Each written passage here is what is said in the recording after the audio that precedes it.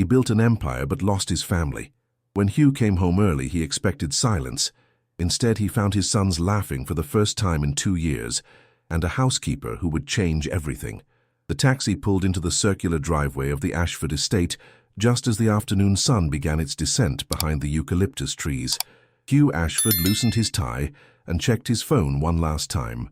The Singapore deal had collapsed 3 days early, and rather than stay in an empty hotel room, he'd caught the first flight back to Melbourne. He hadn't told anyone he was coming home. At 36, Hugh had accomplished what most men twice his age only dreamed of. Ashford Property Group dominated the Victorian market, with development stretching from the Mornington Peninsula to the outer suburbs of Geelong. His face had graced the covers of business magazines. His name opened doors in boardrooms across the country, but none of that mattered when he walked through his own front door and felt nothing but emptiness. The house was a monument to success. 6 bedrooms, 4 bathrooms, a tennis court and a swimming pool that hadn't seen a child splash in nearly 2 years, not since Catherine had died. Hugh paid the driver and retrieved his briefcase, expecting to enter through the front door and find the house in its usual state of immaculate, sterile order. Instead, he heard something that made him stop mid-step on the cobblestone path. Laughter. Children's laughter. His children's laughter.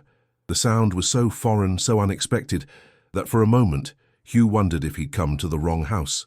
He set down his briefcase and followed the sound around the side of the mansion, past the manicured hedges and the rose garden that Catherine had planted, and he'd never had the heart to remove. What he saw in the back garden made him grip the corner of the stone wall for support. His 3 sons, Thomas, Charlie and Sam, were running across the lawn with their arms stretched wide, shrieking with pure, unbridled joy. Water sprayed through the golden afternoon light like 1,000 tiny diamonds, and at the center of it all stood a young woman in a red housekeeper's uniform, wielding a garden hose like a magic wand. "Again! Again!" the twins shouted in unison, their voices overlapping in that way only twins could manage. "You want more?" the woman called out, her accent warm and melodic. "Are you sure?" "Yes, more water," Charlie screamed. "Me too," Sam echoed, jumping up and down. Thomas, his eldest at 6 years old, stood slightly apart from his brothers, but even he was smiling. Actually smiling. Hugh couldn't remember the last time he'd seen Thomas smile like that. The boy had taken Catherine's death harder than anyone, retreating into a shell of silence and shadows. But here he was, his sandy hair plastered to his forehead, his school shirt soaked through, looking like a child should look, carefree, happy, alive. "Thomas," the woman called. "Come closer. The water won't bite." Thomas hesitated, and Hugh found himself holding his breath. Then slowly his eldest son took a step forward, then another, and another, until he was standing beside his brothers, arms raised to the sky, letting the water cascade over him like a blessing. Hugh should have been furious. The housekeeper, Lucia, he remembered from Wendy's reports, had been hired to maintain order in the house, not to turn his children into dripping, grass-stained hooligans. His sister Harriet would have had a fit if she'd seen this. There were protocols, standards, expectations. But Hugh couldn't move, he couldn't speak. He could only watch as his sons experienced something he'd failed to give them for 2 long years: joy. Lucia turned off the hose, and the boys immediately protested. "One more time," Charlie begged. "Please," Sam added. Lucia laughed, and the sound was like music. "We need to dry off before dinner. Your father will be home in a few days, and he'll want to see you looking like proper gentlemen, not little fish." "Daddy doesn't care," Thomas said quietly, and the words hit Hugh like a physical blow. "Daddy's always working." Lucia knelt down to Thomas's level, her red uniform staining with grass as she did so. "Your daddy works very hard because he loves you. Sometimes grown-ups have a funny way of showing love, yes? But that doesn't mean they don't feel it." Thomas considered this.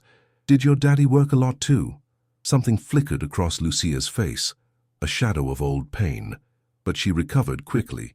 "My father worked in the fields from sunrise to sunset, but every night, no matter how tired he was, he would tell me a story before bed. That's how I knew he loved me." "Will you tell us a story?" Sam asked, tugging at her sleeve. "Yeah, a story," Charlie agreed. Lucia smiled. "After you're all dry and in your pajamas, I'll tell you the best story you've ever heard. Deal?" "Deal," the twins shouted. Thomas nodded solemnly, and Hugh watched as his three sons followed the housekeeper toward the back entrance, chattering excitedly about what kind of story it might be. Dragons? Pirates? Superheroes? Hugh remained hidden behind the wall long after they'd disappeared inside. His throat felt tight. His eyes burned with something he refused to acknowledge as tears. In the space of 5 minutes, this woman, this housekeeper, had done what he'd been unable to do in 2 years. She'd made his sons laugh. She'd made Thomas smile. She'd made the house feel like something other than a mausoleum. He should go inside. He should make his presence known. But Hugh found himself walking back to the front of the house, retrieving his briefcase, and sitting down on the stone steps like a stranger at his own home. What had he become? The question haunted him as the sun continued its descent. He'd thrown himself into work after Catherine's death, using spreadsheets and contracts as armor against grief. Every deal closed was a victory over the pain. Every expansion was a distraction from the emptiness. He'd told himself he was providing for his boys, building a legacy they could inherit. But what good was a legacy if he didn't know his own children? Thomas thought he didn't care. His 6-year-old son believed his father was too busy for him. And the worst part was, Thomas wasn't wrong. Hugh heard the front door open behind him and turned to see Wendy, the household manager who'd been with the family since before he was born, standing in the doorway with a look of surprise and concern. "Mr. Ashford, we weren't expecting you until Thursday." Hugh stood and brushed off his trousers. "The Singapore deal fell through. I caught an early flight." Wendy's weathered face softened with understanding. She was 55 years old, with grey-streaked hair she kept pinned in a sensible bun, and kind eyes that had seen the Ashford family through every triumph and tragedy for 3 decades. "The boys will be thrilled to see you," she said, though her tone suggested she wasn't entirely certain that was true. "I saw them," Hugh admitted, "in the garden, with Lucia." Wendy's expression became guarded. "Ah, she was spraying them with the hose." "Yes, well, they were laughing, Wendy. All 3 of them. Thomas was laughing." The older woman's shoulders relaxed slightly. "She's unconventional, I'll grant you that. But Mr. Ashford, those boys have come alive since she arrived. Charlie actually ate his vegetables last night without being asked. Sam hasn't had a nightmare in 2 weeks, and Thomas—" She paused, choosing her words carefully. "Thomas drew a picture yesterday, a picture with colour in it, the first one since Mrs. Ashford passed." Hugh felt that tightness in his throat again. "How long has she been here?" 6 weeks. I hired her through the Greenfield agency. Excellent references from a family in Sydney. She's a trained teacher, actually. Primary school. She took this position because—" Wendy hesitated. "Well, I suppose that's her story to tell. A teacher, working as a housekeeper. People have their reasons, Mr. Ashford. What matters is that she's good for your boys, very good." Hugh nodded slowly, processing this information. A teacher. That explained the way she'd spoken to Thomas, not talking down to him, but engaging with him as a real person with real feelings. "I should go say hello to my sons," he said finally. "They'll be having their bath soon. Lucia has a whole routine, stories after, then bed by 7:30. "A routine?" Wendy smiled gently. "Children need routine, Mr. Ashford. They need to know what to expect. It makes them feel safe." Safe. Had his sons not felt safe? Had his absence made them feel abandoned on top of losing their mother? Hugh entered the house and made his way upstairs, following the sound of splashing water and childish voices. The bathroom door was ajar, and he peered inside to see a scene of controlled chaos. The twins were in the large bathtub together, surrounded by rubber ducks and toy boats, while Thomas sat on a stool beside them, wrapped in a towel and watching his brothers with an almost protective air. Lucia was kneeling beside the tub, her red uniform now thoroughly splattered with soapy water, guiding Charlie's hand as he made a boat sail across the surface. "And then the captain said, 'We must find the treasure,'" Lucia narrated in a dramatic voice. "Find the treasure," Sam repeated, clapping his hands and sending water splashing over the rim. "Careful, little fish," Lucia laughed, wiping her face. "We want to keep some water in the bath." Hugh must have made a sound because Lucia suddenly looked up and their eyes met. She froze. "Mr. Ashford, we weren't expecting it." "Daddy!" Sam shrieked, standing up in the bath and nearly slipping. "Daddy's home," Charlie echoed. But it was Thomas's reaction that pierced Hugh's heart. His eldest son simply stared at him with those serious grey eyes, Catherine's eyes, and said nothing. "Hello, boys," Hugh said, his voice rougher than intended. I came home early. Come see our boats, Sam demanded. Yeah, come see, Charlie added. Hugh glanced at Lucia, who had risen to her feet, her cheeks flushed with embarrassment or exertion. He couldn't tell which. Up close, she was younger than he'd realized, early 30s perhaps. Dark hair pulled back in a practical ponytail, warm brown eyes that held a depth of emotion he couldn't quite read. I'm sorry for the mess, she began. I'll have everything cleaned up and— Don't apologize, Hugh interrupted. Please. She blinked, clearly expecting a reprimand rather than acceptance. Hugh approached the bathtub and crouched down beside Sam, who immediately showed him a yellow rubber duck. This is Captain Quack, Sam announced proudly. He's the bravest duck in the whole sea, Charlie added. Is that so? Hugh found himself smiling. And what about this boat? Who's the captain here? That's Thomas's boat, Sam said, but he doesn't play anymore. The words were innocent, but they landed heavily in the steam-filled bathroom. Hugh looked over at Thomas, who was studying his hands with intense concentration. Maybe Thomas will play tomorrow, Hugh said quietly, if he feels like it. Thomas didn't respond, but Hugh noticed the slight softening around his eyes. It wasn't much, but it was something. All right, little sailors, Lucia said, clearly trying to restore normalcy to the situation. Time to finish up. We have stories waiting, remember? Stories! The twins cheered. As Lucia helped the boys out of the bath and into their pajamas, Hugh found himself watching her with new eyes. The way she handled each child differently, playful and energetic with the twins, gentle and patient with Thomas. The way she seemed to know exactly what they needed without being told. Mr. Ashford, Lucia said softly as the boys raced down the hall toward their bedroom. I apologize if my methods are too informal. I can adjust my approach if you prefer. No, Hugh said firmly. Whatever you're doing, keep doing it. She looked at him with surprise, and Hugh realized he meant every word. For the first time in 2 years, his house felt like a home. And he had a feeling this woman was the reason why. I'll leave you to say goodnight to your sons, Lucia said, stepping back to give him space. Unless you'd like me to— Stay, Hugh found himself saying. They'll want their story. I don't want to disrupt the routine. Lucia nodded, and together they walked toward the boys' bedroom. Hugh had no idea what tomorrow would bring, or how his family would navigate this unexpected change. All he knew was that something had shifted tonight, something important, and he wasn't about to let it slip away. The boys' bedroom was decorated with images of aeroplanes and cars, remnants of a design Catherine had chosen before the twins were born. Hugh paused at the doorway, suddenly uncertain. How many bedtimes had he missed? How many stories had gone untold? Thomas was already in his bed, the covers pulled up to his chin, while Charlie and Sam tumbled onto the large bed they shared, fighting over who got which pillow. My pillow. No, mine. Boys, Lucia said calmly, there are plenty of pillows for everyone. Remember what we said about sharing? The twins immediately settled, though they continued to eye each other's pillows with suspicion. Hugh lowered himself into the armchair in the corner, the same chair Catherine used to sit in, and watched as Lucia perched on the edge of the twins' bed. Now then, she said, her voice taking on that storytelling quality Hugh had heard in the garden. Tonight I'm going to tell you about a very special kingdom. The twins' eyes went wide with anticipation. Even Thomas turned his head to listen, though he pretended not to be interested. Hugh closed his eyes and listened, as Lucia spun a tale of brave princes and magical gardens, and a queen who watched over her children from the stars. It wasn't a story from any book. It was something she created just for them, weaving in details that made each boy feel special. And somewhere in the middle of that story, Hugh felt something crack open inside his chest.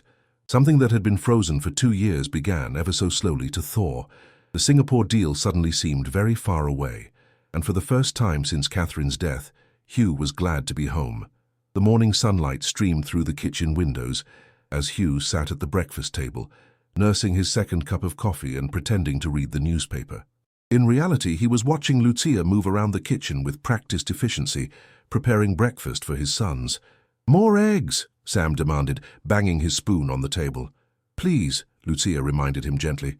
"More eggs, please." Lucia smiled and added another spoonful of scrambled eggs to Sam's plate. Charlie watched his brother's portion with hawkish attention, ready to protest if Sam received even 1 egg more than him. "Charlie, yours is coming," Lucia assured him without even looking. "Everyone gets the same amount."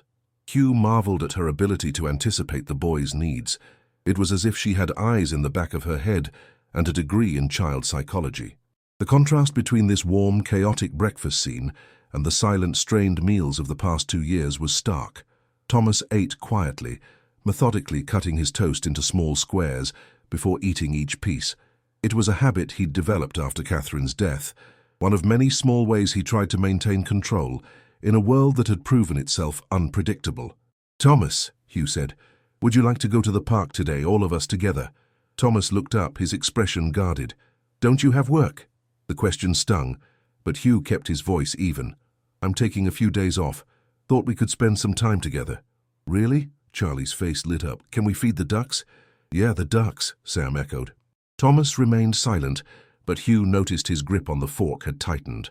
"Perhaps I could pack a lunch for your outing," Lucia offered, already moving toward the pantry. "The boys love the sandwiches with the crusts cut off." "You should come too," Hugh heard himself say. Lucia froze mid-step. "I'm sorry?" "To the park. The boys would enjoy it. And He paused, aware of how strange this request might seem. "I'd like to thank you properly for everything you've done for them." "Lucia has to come," Sam insisted. "She knows where the good ducks are," Charlie added, as if this settled the matter. Even Thomas looked up with something approaching interest in his eyes. Lucia glanced between Hugh and the boys, clearly uncertain of the appropriate response. "I don't want to intrude on family time." "Please," Sam gave her his most effective puppy dog eyes. Lucia's resistance crumbled. "Well, if Mr. Ashford is sure—" "I'm sure," Hugh said. "And please call me Hugh." The park was a 20-minute drive from the Ashford estate, a sprawling green space with a lake, playground, and plenty of ducks who had grown fat and fearless on the steady diet of bread provided by local families. Hugh had been here exactly once since Catherine's death, and the memory of that miserable outing, Thomas crying, the twins confused, Hugh utterly overwhelmed, had kept him away ever since. But today felt different. Today he had reinforcements. Lucia had changed out of her uniform into a simple blue dress that made her look younger and less formal. She carried a large picnic basket and somehow managed to keep track of both twins while navigating the path to the lake. "Stay close, little fish," she called as Charlie and Sam raced ahead. "The ducks will wait for you." Thomas walked beside Hugh in silence, but it was a different kind of silence than usual. Less heavy somehow, more companionable. "Thomas," Hugh said quietly, "I want you to know that I'm sorry." His son looked up, confused. "For what?" "For not being here. For working so much. For—" Hugh struggled to find the right words. "For not being the father you needed." Thomas was quiet for a long moment. Then, in a voice so soft Hugh almost missed it, "Mummy would have been sad that we don't laugh anymore." Hugh's heart clenched. "You're right. She would have been. But Thomas, I saw you laughing yesterday, in the garden with Lucia." Thomas's cheeks flushed. "She makes it okay somehow. She tells us Mummy can see us from the stars, that when we're happy, it makes her happy too." Hugh had to stop walking, had to take a moment to compose himself. When he spoke again, his voice was rough with emotion. "Lucia is very wise." "She's nice," Thomas agreed. "She doesn't pretend things are normal when they're not, but she makes things better anyway." They had reached the lake where Charlie and Sam were already tossing bread to an enthusiastic crowd of ducks. Lucia stood nearby, her dress catching the breeze, laughing at something one of the twins had said. Hugh watched her, and something shifted in his chest, something he hadn't felt in a very long time. "Daddy! Daddy, look!" Sam was tugging at his sleeve. "That duck ate 3 breads." 3 whole pieces, Hugh corrected gently, allowing himself to be pulled toward the water's edge. "That's what I said." The morning passed in a blur of breadcrumbs and duck chases, and the kind of simple joy Hugh had forgotten existed. At some point, Charlie fell into the shallow water trying to pet a particularly bold duck, and rather than panicking, everyone, including Thomas, burst into laughter as Lucia fished him out. "Well," she said, wringing out Charlie's shirt, "now we have a real water baby." "I'm a fish," Charlie announced proudly, apparently delighted by his soggy state. "A very wet fish," Hugh agreed, surprising himself with a genuine laugh. Lucia's eyes met his over Charlie's head, and he saw warmth there. Approval, perhaps, and something else he couldn't quite name. They spread the picnic blanket under a large oak tree, and Lucia unpacked an impressive array of sandwiches, fruit, and biscuits. The boys descended on the food like they hadn't eaten in weeks, their chatter filling the air with life. "Lucia makes the best sandwiches," Sam declared through a mouthful of ham and cheese. "That's because she uses the special bread," Charlie added. "What special bread?" Hugh asked, genuinely curious. "The bread with love in it," Thomas said quietly, and something in his voice made Hugh look at his eldest son with new eyes. Thomas was watching Lucia with an expression Hugh had never seen before. Trust, perhaps, mixed with something that looked almost like hope. This woman had reached his broken son in a way Hugh hadn't been able to. She had given Thomas permission to feel, to laugh, to remember his mother without drowning in grief. "Lucia," Hugh said, "may I speak with you for a moment? Privately." Her expression flickered with uncertainty, but she nodded. "Boys, stay on the blanket and finish your lunch. No going near the water without an adult, yes?" "Yes, Lucia," they chorused, too absorbed in their food to protest. Hugh walked with Lucia to a bench a short distance away, far enough for privacy, but close enough to keep an eye on the boys. They sat in silence for a moment, watching the sunlight dance on the lake's surface. "I owe you an apology," Hugh began. Lucia looked surprised.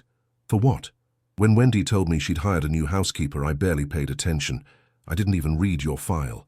I was too busy with work, with deals, with everything except what actually mattered." He paused. "But in 6 weeks, you've done what I couldn't do in 2 years. You've brought my sons back to life." Lucia's eyes glistened. "They're beautiful children. They just needed someone to see them, really see them. And that's exactly it. I wasn't seeing them.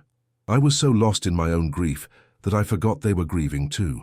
Grief does strange things to people," Lucia said softly. "It makes us build walls to protect ourselves, but those same walls can become prisons." There was something in her voice, a depth of understanding that went beyond textbook psychology. Hugh found himself asking, "You sound like you know something about that." Lucia's gaze dropped to her hands folded in her lap. "I do. I lost my husband 3 years ago and my daughter." The words hung in the air between them. Hugh felt the breath leave his lungs. "An accident," Lucia continued, her voice barely above a whisper. "A drunk driver. I was supposed to be in the car with them, but I'd stayed home that morning. A headache of all things." She laughed bitterly. "A headache saved my life and cursed me at the same time. Lucia, I'm so sorry. I came to Australia to escape the memories. Everything in Argentina reminded me of them, our house, our neighborhood, the school where I taught." She looked up at the sky. "Here I could be someone new, someone who just helps children and makes sandwiches, and doesn't have to explain why she cries when she thinks no one is watching." You understood then. He understood why this woman could reach his sons in ways no one else could. She knew their pain. She had lived it. "Is that why you took a job as a housekeeper, instead of teaching?" Lucia nodded. "I couldn't go back to the classroom, not yet. Every child's face reminded me of Sophia." She smiled sadly. "But your boys, they needed me, and I think I needed them too." They sat in silence, two broken people bound by loss, watching 3 little boys throw bread at ducks without a care in the world. "I don't want you to leave," Hugh said finally. Lucia looked at him, uncertain. "Leave? This job? This house? My sons?" He paused. "Me." The word hung between them, heavier than he'd intended. "Mr. Ashford, Hugh, I don't think—" "I'm not asking for anything," he said quickly. "I know this is complicated. I'm your employer, and you've only been here 6 weeks, and my sister would probably have a heart attack if she knew I was even having this conversation." He took a breath. "But for the first time since Catherine died, I feel like there might be something good waiting for me, something real, and I think you might feel it too." Lucia was silent for a long moment. Then, slowly, she nodded. "I feel it. I've been trying not to, but I feel it." Before either of them could say more, a shriek came from the direction of the picnic blanket. "Daddy! Thomas is smiling again." They both turned to see Thomas standing with his brothers, pointing at something in the grass while Charlie and Sam examined it with intense curiosity. And yes, Thomas was smiling. Actually, genuinely smiling. "It's a ladybug," Sam announced. "Thomas found a ladybug." "Ladybugs are good luck," Charlie added seriously. Hugh looked at Lucia, and she looked at him, and something passed between them that didn't need words. An understanding. A beginning. "We should go back," Lucia said softly. "The boys will wonder what we're talking about." "Let them wonder," Hugh said. Then, impulsively, he reached out and took her hand. Just for a moment, just long enough to feel her warmth, her pulse, the reality of her presence. When they walked back to the blanket, the twins were too excited about the ladybug to notice anything unusual, but Thomas looked up at his father with those serious grey eyes, and Hugh could have sworn he saw something like approval there. The drive home was filled with chatter about ducks and ladybugs and the strange man who had been feeding the swans. Hugh found himself laughing more in that single afternoon than he had in months, years perhaps. But as they pulled into the driveway of the Ashford estate, his good mood evaporated instantly. A sleek silver Mercedes was parked near the entrance. Hugh knew that car. He knew exactly who it belonged to. Harriet was here. His sister emerged from the front door as they got out of the car, her designer heels clicking on the cobblestones, her perfectly coiffed hair not moving despite the breeze. At 44, Harriet Ashford Wellington was the picture of upper-class refinement. She was also the most critical person Hugh had ever known. "Hugh, what on earth? I came by to check on the boys and Wendy said you'd taken them to the park." Her eyes swept over the scene. Hugh's rumpled clothes, the twins' grass-stained shorts, Thomas's wind-tangled hair, and landed on Lucia with unmistakable disapproval. "With the help." "Hello, Harriet," Hugh said evenly. "What brings you by?" "What brings me by? I'm your sister, Hugh. I don't need a reason to visit my nephews." She crouched down, her movements stiff and practiced. "Hello, darlings. Come give Aunt Harriet a kiss." Charlie and Sam exchanged glances, a twin conversation that required no words, before dutifully approaching for the obligatory cheek kisses. Thomas hung back, his earlier lightness already fading. "Thomas, don't be rude," Harriet chided. "It's fine," Hugh interjected. "Thomas, why don't you take your brothers inside? I'm sure Wendy has snacks ready." The boys didn't need to be told twice. They disappeared into the house, leaving Hugh alone with Harriet and Lucia. "You must be the new girl," Harriet said, turning her attention to Lucia with the air of someone examining a questionable purchase. "I've heard about your methods." "Lucia has been wonderful with the boys," Hugh said firmly. "Wonderful?" Harriet's eyebrow arched. "I heard she had them running around the garden like wild animals. And now a picnic? Hugh, these are Ashford children. They need structure, discipline, proper—" "They need to be children," Hugh interrupted. "They need to laugh and play and feel loved, something I clearly wasn't providing." Harriet's expression shifted. Surprise, then concern, then something harder. "May I speak with you privately, Hugh? There are matters we need to discuss." She didn't wait for an answer, simply turned and walked toward the house with the expectation that he would follow. Hugh looked at Lucia apologetically. "I'm sorry, my sister can be—" "It's all right," Lucia said quietly. "Family is family. I'll go check on the boys." She disappeared inside, and Hugh reluctantly followed his sister to the study, his father's old study, now his, though he rarely used it. Harriet closed the door behind them with a decisive click. "What are you doing, Hugh?" "I don't know what you mean." "Yes, you do." She began pacing, her heels silent on the Persian rug. "Taking the housekeeper on family outings? The way you were looking at her just now, do you think I'm blind?" Hugh felt his defenses rise. "I think you're overstepping as usual. I'm protecting this family's reputation. Catherine has barely been gone 2 years and you're—" "What? Falling for the help?" The word dripped with disdain. "Don't call her that. What else should I call her? She's a housekeeper, Hugh. She cleans toilets and makes beds for a living. She's a trained teacher. She lost her husband and daughter in a car accident. She came to Australia to start over, and she's done more for my sons in 6 weeks than either of us managed in 2 years. Hugh's voice was rising despite his efforts to stay calm. "So no, Harriet, she's not just the help." Harriet stared at him, momentarily silenced. Then her expression hardened further. "This is worse than I thought. You're not just attracted to her, you actually have feelings. And if I do, then you need to end this before it goes any further. Think of the boys. Think of what people will say. A widower falling for his housekeeper. It's a cliché, Hugh, a tabloid headline waiting to happen. I don't care what people say. You should. Father built this company on reputation. Mother maintained our social standing through decades of careful cultivation. And Catherine, God rest her, was everything a woman in our position should be. Poised, elegant, from the right family." Harriet's voice softened slightly. "I know you loved her, we all did, but this woman is not a replacement. I'm not trying to replace Catherine." "Then what are you doing?" Hugh was silent for a long moment. When he spoke, his voice was quiet but firm. "I'm trying to live again, Harriet. I'm trying to remember what it feels like to be happy. Is that so wrong?" Harriet's face flickered with something that might have been sympathy, but it passed quickly. "I'm having lunch with Victoria Montgomery next week. Her daughter Felicity just returned from London. 29, educated, well-connected." "No." "Hugh," I said no. "I'm not interested in matchmaking, Harriet, and I'd appreciate it if you'd trust me to make my own decisions." They stood at an impasse, siblings divided by more than just this argument.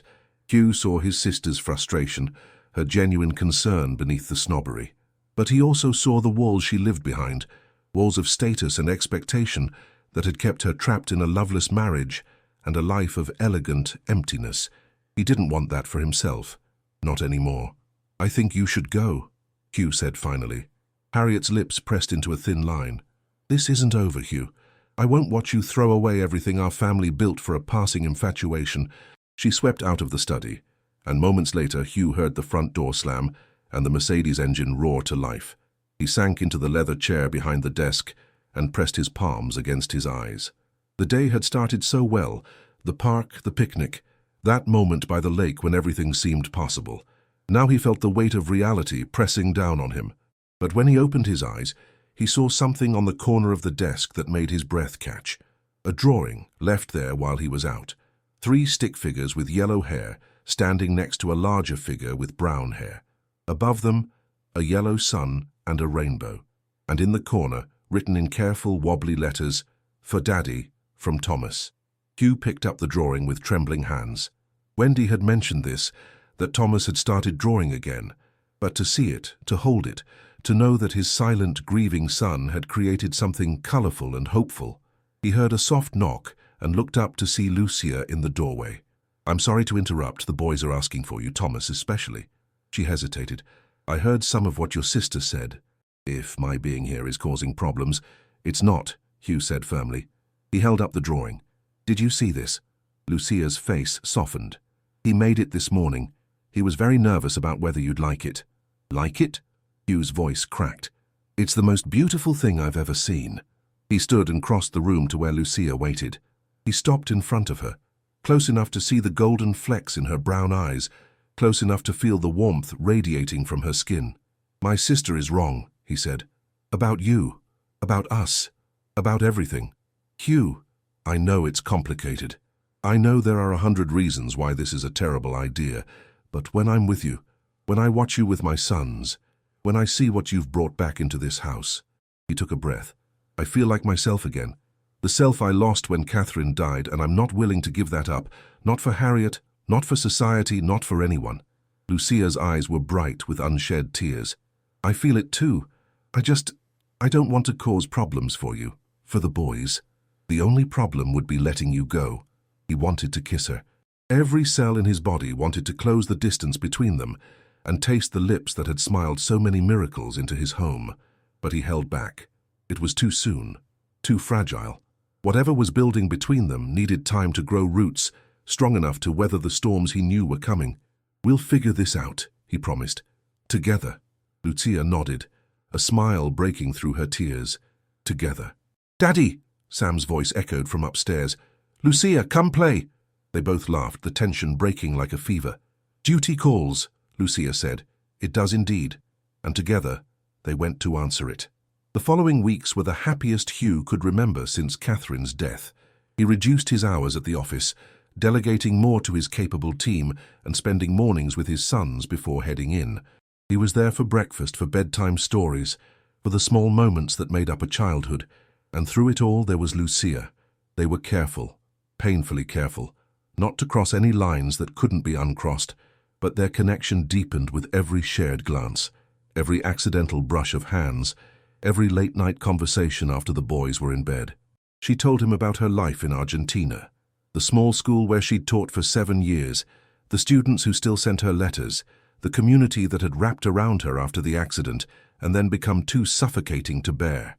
"They meant well," she explained one evening, sitting beside him on the back veranda while fireflies danced in the garden.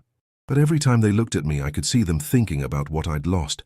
I couldn't heal when I was surrounded by pity." "And here?" Hugh asked. Lucia smiled. "Here, the only people who look at me see who I am now, not who I was, not what happened. She paused. Your boys. They saved me, Hugh. I came here thinking I would help them, but they've helped me more. The feeling is mutual, he said. They adore you, Thomas especially. Thomas is special. He carries so much on those little shoulders, but he's starting to let go, I think. Starting to trust that good things can happen again. Because of you. Lucia shook her head. Because of all of us. Because you came home that day. Because you chose to be present.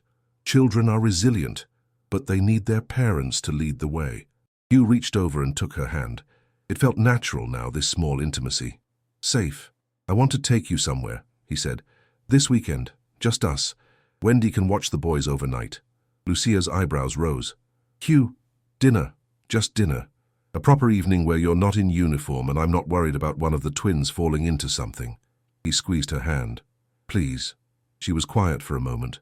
Then, where would we go? There's a restaurant in the Yarra Valley, quiet, private, beautiful views. And what would people think? The businessman and his housekeeper? I don't care what people think, Hugh said firmly. I only care what you think. Lucia studied his face in the fading light. Whatever she saw there must have satisfied her, because she smiled. All right, this weekend. But weekends, Hugh would soon learn, had a way of not going as planned. Saturday morning arrived with sunshine and the promise of a perfect day. Hugh woke early, feeling more optimistic than he had in years. The boys were excited about their sleepover with Wendy, who had promised them a movie marathon and ice cream sundaes. Lucia was already in the kitchen when he came down, dressed in jeans and a soft grey jumper rather than her usual uniform. Even in casual clothes, she looked beautiful. Coffee, she offered, holding out a steaming mug. Please. He took the cup, letting his fingers brush against hers. The boys still asleep? Sam is. Charlie's been up since dawn, trying to convince Thomas that ghosts are real. Hugh laughed. How's Thomas handling that? With his usual patience, he's explaining that ghosts are scientifically improbable, while Charlie argues that his friend Lucas saw one in his grandma's attic. Thomas at 6, using words like scientifically improbable. He's a remarkable child, they all are. The comfortable domesticity of the moment washed over Hugh. This is what he wanted. This life. This woman. This feeling of being home. The doorbell rang, shattering the peace. Expecting anyone? Lucia asked. Hugh shook his head and went to answer the door, his good mood already dimming with premonition. Harriet stood on the doorstep, but she wasn't alone. Behind her stood a woman Hugh had never seen before. Blonde, polished, dressed in designer clothes that screamed old money. Hugh, darling, Harriet said with a smile that didn't reach her eyes. I brought someone to meet you. This is Felicity Montgomery. Hugh felt his jaw tighten. Harriet, we discussed this. You discussed. I listened. And then I decided to give you a little push in the right direction. She swept past him into the foyer, Felicity following with an apologetic smile. I'm so sorry, Felicity murmured. She told me you were expecting us. I can leave if... No need to leave, Harriet called from the living room. Hugh was just surprised, that's all. Do come in, Felicity. I'll have the girl bring us tea. The girl. Hugh's blood went cold. He followed the women into the living room, where Harriet had already made herself comfortable on the sofa. Felicity perched on the edge of an armchair, clearly uncomfortable with the situation. Harriet, Hugh said through clenched teeth, I need to speak with you, privately. In a moment. First, let's all get acquainted. Felicity has just returned from London where she was working with Christie's. Art curation, isn't that right, dear? Yes, I was... Harriet, now. Something in Hugh's voice must have finally penetrated, because Harriet's smile faltered. Fine, 5 minutes.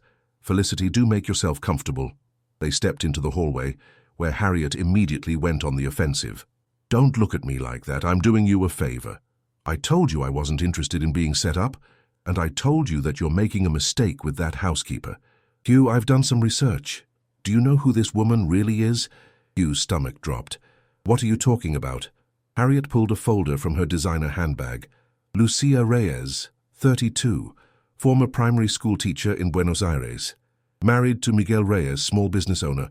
One daughter, Sophia, age 5. She paused for effect.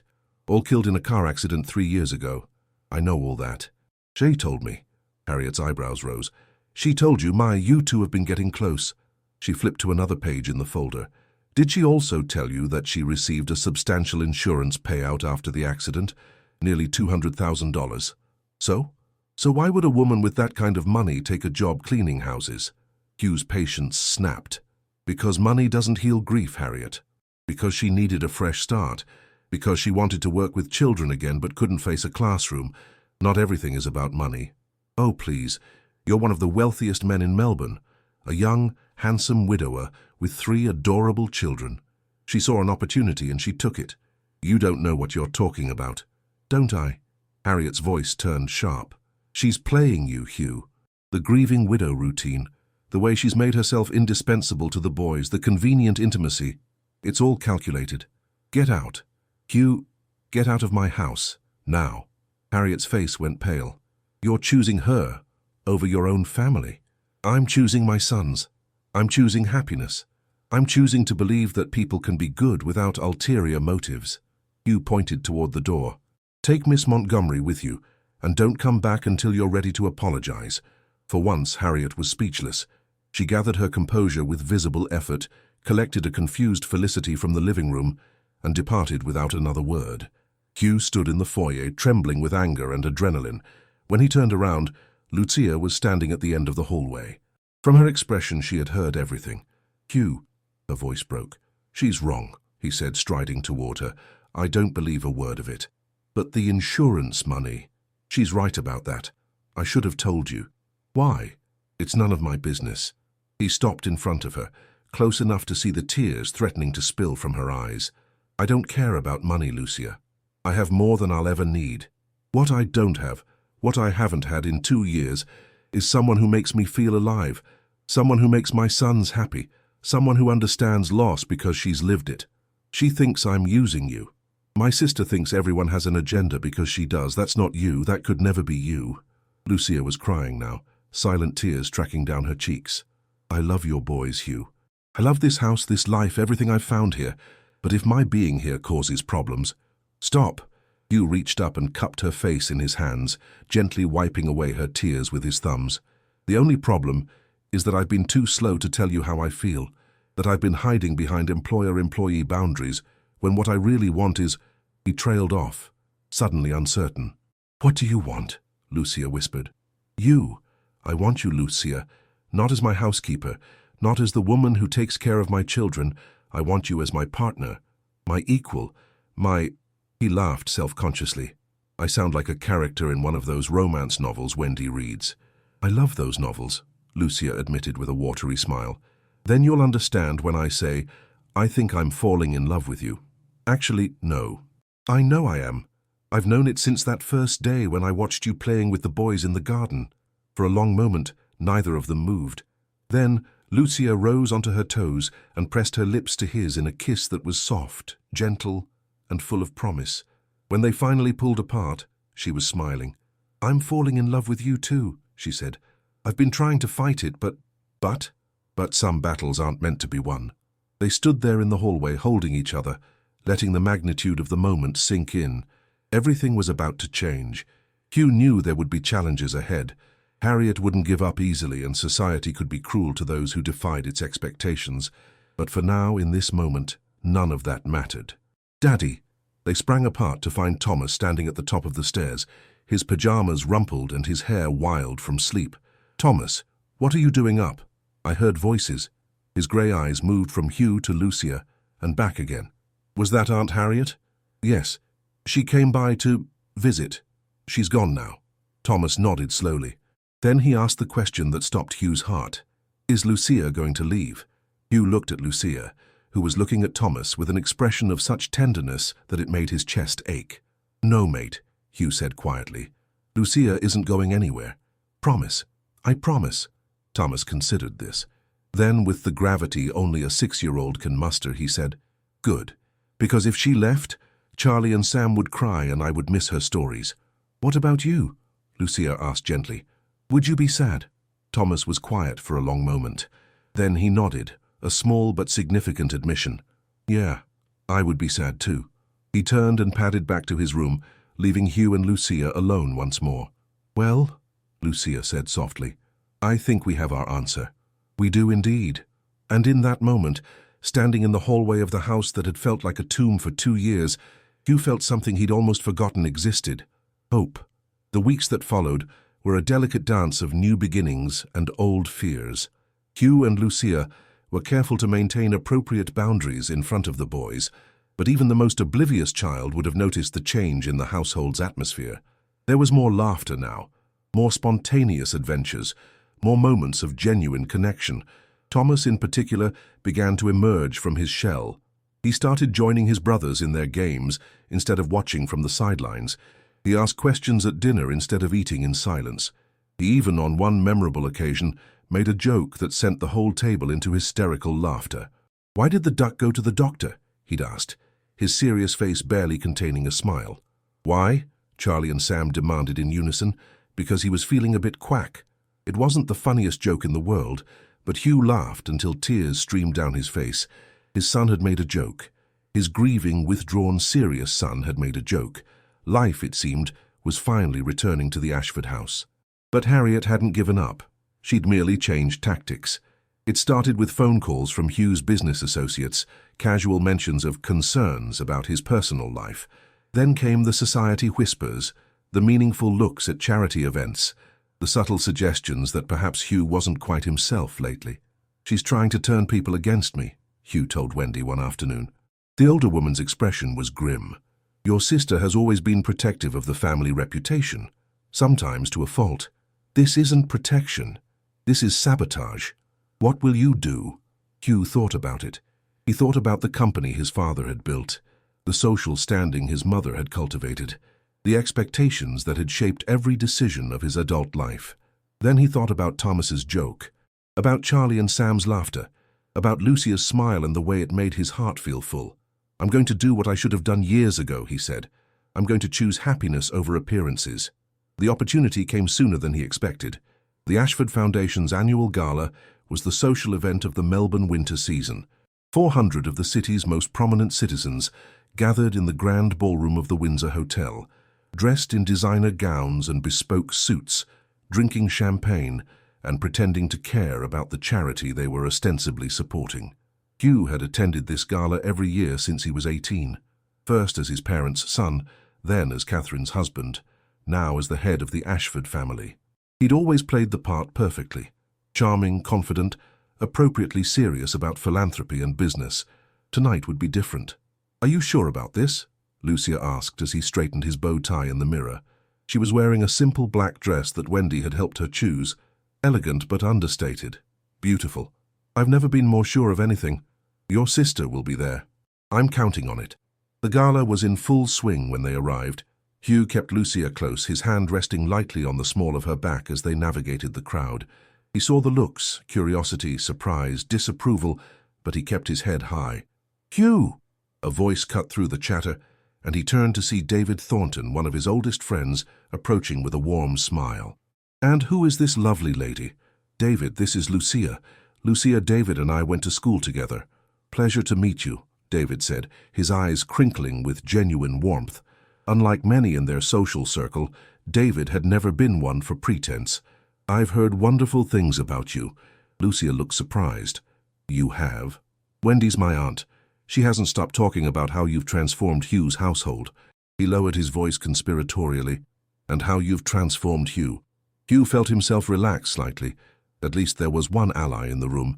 But then he spotted Harriet across the ballroom, resplendent in emerald green, holding court with a group of society matrons. Her eyes met his across the crowd, and even from this distance, he could see her displeasure at his choice of companion. "Excuse me," he murmured to Lucia. "I need to do something. Hugh, trust me." He walked to the small stage at the front of the ballroom, where a microphone waited for the evening's speeches. The band stopped playing as he approached, and 400 faces turned toward him with expectant curiosity. "Good evening," Hugh began, his voice steady despite the hammering of his heart. "For those who don't know me, I'm Hugh Ashford. My family has been honored to support the Ashford Foundation for 3 generations. Tonight I'd like to share something personal." The room went utterly silent. 2 years ago, I lost my wife, Catherine. She was the love of my life, my partner in everything, the mother of my 3 sons. When she died, a part of me died with her. I threw myself into work, into this company, into anything that would keep me from feeling the pain. He saw Harriet's face go pale with horror. He continued anyway. In the process, I forgot the most important thing Catherine taught me, that life is about love, not achievement, connection, not status, family, not empire. He looked across the room to where Lucia stood, her hand pressed against her heart. Recently, someone came into my life who reminded me of that truth. She reminded me that it's okay to laugh again, to hope again, to love again. She helped my sons remember their mother with joy instead of grief, and she helped me become the father and the man I was always meant to be. The silence in the ballroom was absolute. Society has rules about who we're supposed to love, who's considered appropriate and who isn't.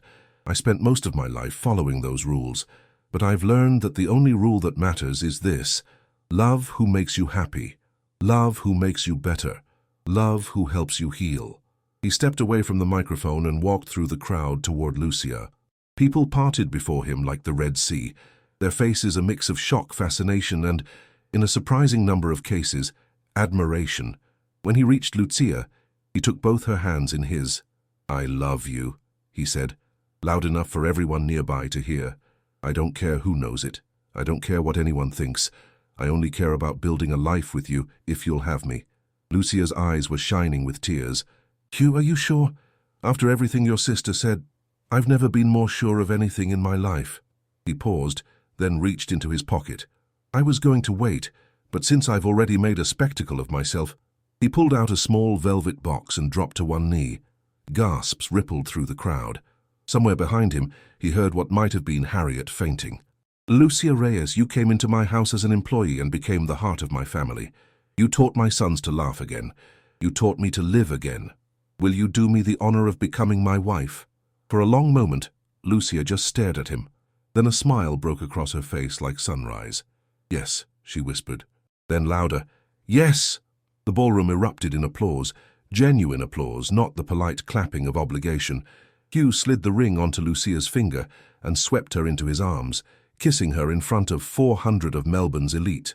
When they finally pulled apart, David Thornton was the first to reach them, clapping Hugh on the back with undisguised delight. "Well done, old boy. Well done indeed." Others followed. Friends Hugh hadn't realized he had, acquaintances who turned out to be less shallow than he'd assumed, even a few society matrons who whispered that they found the whole thing terribly romantic. Harriet was nowhere to be seen. Hugh suspected she'd made a strategic retreat, but there was one more thing he needed to do. "Come with me," he said to Lucia, leading her toward the coat check. "Where are we going?" "Home. Our boys are going to want to hear about this." They arrived at the house just after 9. Wendy met them at the door, her face a mix of confusion and curiosity. "You're back early. Is everything all right?" "Everything's perfect," Hugh said. "Are the boys still awake?" "Sam just fell asleep, but Charlie and Thomas are reading in their room." Hugh took Lucia's hand, and together they climbed the stairs to the boys' bedroom. Thomas was in his bed with a book, while Charlie was supposed to be sleeping, but was clearly still awake, his eyes gleaming in the nightlight's glow. "Daddy," Charlie whispered loudly, "you're wearing fancy clothes." "I am. Lucia and I went to a party. Without us. This was a grown-up party. Very boring. But something exciting happened." Thomas sat up, his serious eyes taking in the scene. "What happened?" Hugh looked at Lucia, who nodded encouragingly. He crouched down so he was at eye level with his sons. "Boys, you know how much I love you, right?" "Duh," Charlie said. "And you know how much Lucia loves you. She makes us sandwiches," Charlie pointed out, as if this settled the matter. Thomas remained silent, waiting. "Well, I asked Lucia a very important question tonight. I asked her if she would marry me, and she said yes." Charlie's face scrunched in confusion. "What's marry?" "It means Lucia would become part of our family, forever. She'd be, not your mum, because nobody could ever replace your mum, but she'd be like..." Hugh struggled to find the right words. "A bonus mum," Thomas suggested quietly. Hugh looked at his eldest son in surprise. "Yes, exactly. A bonus mum. Would that be okay with you boys?" Charlie considered this. "Would she still make sandwiches?" "Even better sandwiches," Lucia promised. "Okay then." But Hugh's attention was on Thomas, who hadn't reacted yet. "Thomas, what do you think?" Thomas was quiet for a long moment. Then he climbed out of bed and walked over to Lucia. He stood in front of her, his grey eyes, Catherine's eyes, searching her face. "Promise you won't leave?" he asked. "Promise you'll stay forever?" Lucia knelt down so she was at his level. "I promise, Thomas. I'm not going anywhere, you're stuck with me. Thomas nodded slowly. Then, in a gesture that made Hugh's heart crack wide open, he reached out and hugged her. His small arms wrapped around her neck, his face buried in her shoulder, and Hugh could see his son's body shaking with silent sobs. I miss Mummy, Thomas whispered. I know, sweetheart. I know you do. But I'm happy you're staying. I'm happy too. They stayed like that for a long time, the 6-year-old and the woman who had healed his heart. Charlie watched with unusual solemnity, his 4-year-old mind trying to process the significance of the moment. When Thomas finally pulled away, his eyes were red, but his face was peaceful. Lucia, he said. Yes? Can you tell us a story? A happy one? Lucia smiled through her own tears. I'll tell you the happiest story I know. They all climbed onto the large bed, Hugh, Lucia, Charlie and Thomas, with Sam still sleeping peacefully in his cot nearby. And Lucia told them a story about a family who had been broken by sadness but was put back together by love. When she finished, Charlie was asleep, Thomas was drowsy, and Hugh was looking at her with an expression that needed no words. I love you, he mouthed. I love you too, she mouthed back. And in that bedroom, surrounded by his sons and the woman who would become his wife, Hugh Ashford finally understood what his life had been missing. Not success, not wealth, not status, just this, just love. The wedding took place 3 months later in the garden of the Ashford estate. It was a small ceremony, attended by close friends, loyal employees, and one very reluctant sister who had finally accepted that some battles were not worth fighting. Harriet had shown up at the house 2 weeks after the gala, looking more humble than Hugh had ever seen her. I was wrong, she said simply. I was so worried about appearances that I forgot what really matters. And what does matter? Hugh asked. Family, real family, not just the kind that looks good in photographs. It wasn't a complete transformation. Harriet would always be Harriet, but it was a start. She'd even offered to help plan the wedding, an offer Lucia had graciously accepted. Now standing under an arch of white roses as the afternoon sun cast golden light across the lawn, Hugh watched Lucia walk toward him in a simple ivory dress, holding a bouquet of wildflowers that Charlie and Sam had helped pick.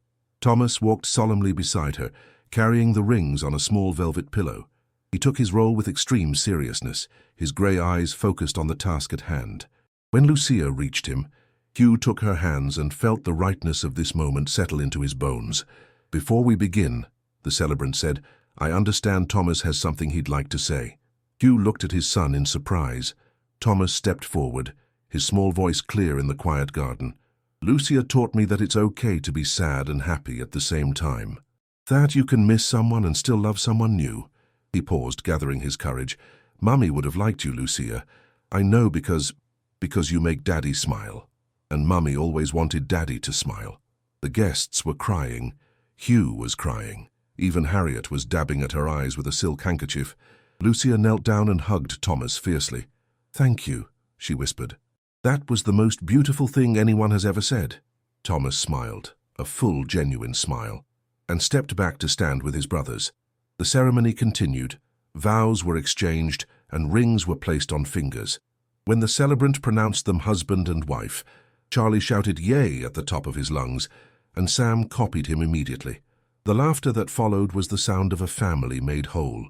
Later, after the cake was cut and the speeches were made and the boys had fallen asleep in a pile on the living room sofa, Hugh and Lucia stood together on the veranda, watching the stars come out. Happy? Hugh asked. Lucia leaned into him, her head resting on his shoulder. Happier than I ever thought I could be again. I was thinking, maybe we could plant a garden where the tennis court is. A proper garden with vegetables and flowers. Something the boys could help with. Catherine's roses. Hugh nodded. We'll keep those, but we'll add to them. Make something new. Lucia smiled. I'd like that. They stood in comfortable silence. Two people who had found each other through loss and emerged stronger together. Behind them, through the windows, they could see their sons sleeping peacefully, their faces relaxed and content. Do you know what I thought? Hugh said quietly. That first day when I saw you spraying the boys with the hose. What? I thought you'd lost your mind. I thought Wendy had hired someone completely inappropriate. I was going to fire you. Lucia laughed. What changed? I saw Thomas smile. For the first time in 2 years, I saw my son smile. And I realized, he paused, searching for the right words, I realized that sometimes the most inappropriate thing is the most necessary thing, that sometimes the rules we live by are the very things that keep us from living. That's very philosophical for a property developer. I contain multitudes.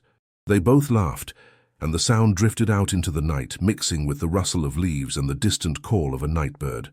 Somewhere above them, the stars shone bright and clear. And if Hugh believed in such things, which, since meeting Lucia, he was beginning to, he might have thought he saw Catherine up there, watching over them all with a smile. "Good night, Catherine," he whispered. Then he took his wife's hand and led her inside, toward the life they would build together. If this story touched something inside you, leave a comment. Sometimes recognizing what we feel changes more than we imagine. Your comment may help someone who's suffering in silence today.